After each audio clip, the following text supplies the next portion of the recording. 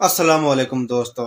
आज मैं आपको एक कहानी सुनाने वाला हूँ जिसको सुन के आपको बहुत ज़्यादा अच्छा लगेगा। और आज जो हमारे हुक्मरान हमारे साथ कर रहे हैं इनके लिए है।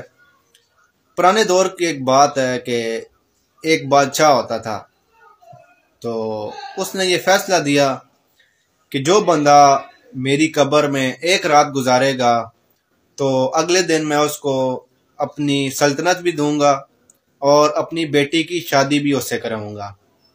तो उसकी रियाया में बात फैल गई कि बादशाह ने ये ऐलान कर दिया है कि जो भी बादशाह की कब्र में एक रात गुजारेगा तो बादशाह उसको सल्तनत भी दे देगा और अपनी बेटी की शादी भी करा देगा।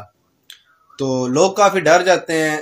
तो एक जो बंदा होता है वो अपने दिल को थाम के बादशाह की बात को मान लेता है। तो बादशाह उससे कहता है कि तुम्हें एक रात मेरी कब्र में गुजारना पड़ेगा। अगली सुबह जब होगी तो तुम्हें कब्र से निकाल दिया जाएगा, सल्तनत भी दे दी जाएगी और अपनी बेटी की शादी भी तुम्हारे साथ करा दी जाएगी। तो वो खुशी खुशी राजी हो गया।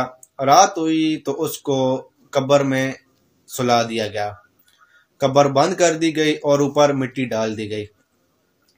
तो जैसी कब्र में मिट्टी डाल के लोग जाते हैं तो फरिश्ते नाजिल हो जाते हैं और हिसाब किताब शुरू हो जाता है। तो फरिश्ते उससे पूछते हैं कि तुम्हारे पास एक बकरी है। तो वो कहता है जी बिल्कुल मेरे पास एक बकरी है। तो फरिश्ते उससे कहते हैं कि बकरी को पानी पिलाते थे कि नहीं।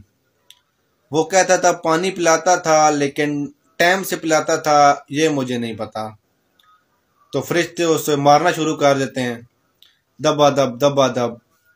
तो फिर फरिश्ते उसे सवाल करते हैं कि तुम्हारी बकरी को जब भूख लगती थी तो तुम उसे टाइम पे खाना खिलाते थे।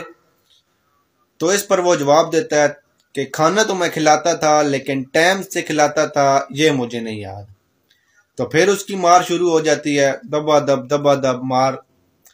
तो फिर उससे फरिश्ते सवाल करते हैं तुम्हारी जो बकरी है उसको तुम बांधी रखते थे या उसको घास वगैरह खिलाने के लिए बाहर भी लेके जाते थे।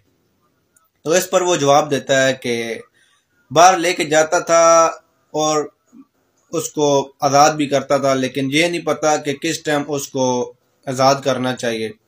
तो उसकी सारी रात मार शुरू हो जाती है। तो सुबह जब होती है तो उसको पूरी रात मार पड़ती है। सुबह होती है, उसको जब लोग निकालते हैं कब्र से तो जैसे ही वो कब्र से निकलता है तो दौड़ लगा देता है। सारे लोग जो होते हैं वो हैरान हो जाते हैं कि अब तो इसका मुश्किल मरला जो है वो टल चुका है। अब तो इसकी सल्तनत लेने की बारी है और बेटे की शादी भी इसी के साथ हो गया है। फिर पता नहीं क्यों ये भाग चुका है। तो वो भाग के सीधा अपनी बकरी के पास जाता है, उससे खिलाता पिलाता है, पानी पिलाता है और 3-4 दिन के बाद बादशाह को नजर आता है। तो बादशाह उससे पूछता है कि यार तुमने एक रात जो है कब्र में गुजार ली, मुश्किल मरला टल गया, अब तो तुम्हें मेरी सल्तनत देने की बारी है और बेटी की शादी की बारी है, अब तुम क्यों गायब हो। तो उसने बहुत ही अच्छा जवाब दिया कि जो मेरी एक बकरी है उसकी वजह से पूरी रात मुझे मार पड़ी है कब्र में, उसका हिसाब मुझसे नहीं दिया गया। तो ये जो पूरी सल्तनत है इसमें कितने लोग हैं इन सब का हिसाब मैं कैसे दूंगा। तो दोस्तों इस बात से आप अंदाज़ा लगाएंगे एक जो बकरी है उसको खाना पिलाना और उसको बाहर लेके जाना, इस हवाले से उसको इतनी मार पड़ी है कि सारी रात उसको कब्र में अजाब हुआ है। तो हमारे जो हुक्मरान हैं वो क्या कर रहे हैं, अवाम भूख से मर रही है, आटे की लाइनें लगी हुई हैं, महंगाई है हर तरफ, अभी तो पेट्रोल जो है महंगा हो चुका है। और इनके साथ क्या होगा। अल्लाह पाक इनको हदायत दे और अपनी जो रियाया है उनके साथ इंसाफ करने की हदायत दे। तो इस कहानी का यही मकसद था कि एक बकरी का हिसाब हमसे नहीं दिया जाएगा तो पूरी सल्तनत का हिसाब कैसे देंगे ये लोग। अल्लाह पाक इनको हिदायत दे और अवाम को भी अच्छे काम करने की हिदायत दे। कहते हैं कि अवाम अगर अच्छे काम करे तो उसका जो हुक्मरान होता है वो उसको अच्छा दिया जाता है। तो हुक्मरान अगर अच्छा चाहिए तो हमें चाहिए कि हम खुद ठीक हो जाएं। मेहरबानी। मिलते हैं एक नई स्टोरी के साथ, तब तक के लिए अल्लाह हाफिज। चैनल को सब्सक्राइब कीजिए, बेल आइकन को प्रेस कीजिए ताकि हर नई वीडियो आप तक आसानी से पहुंच सके।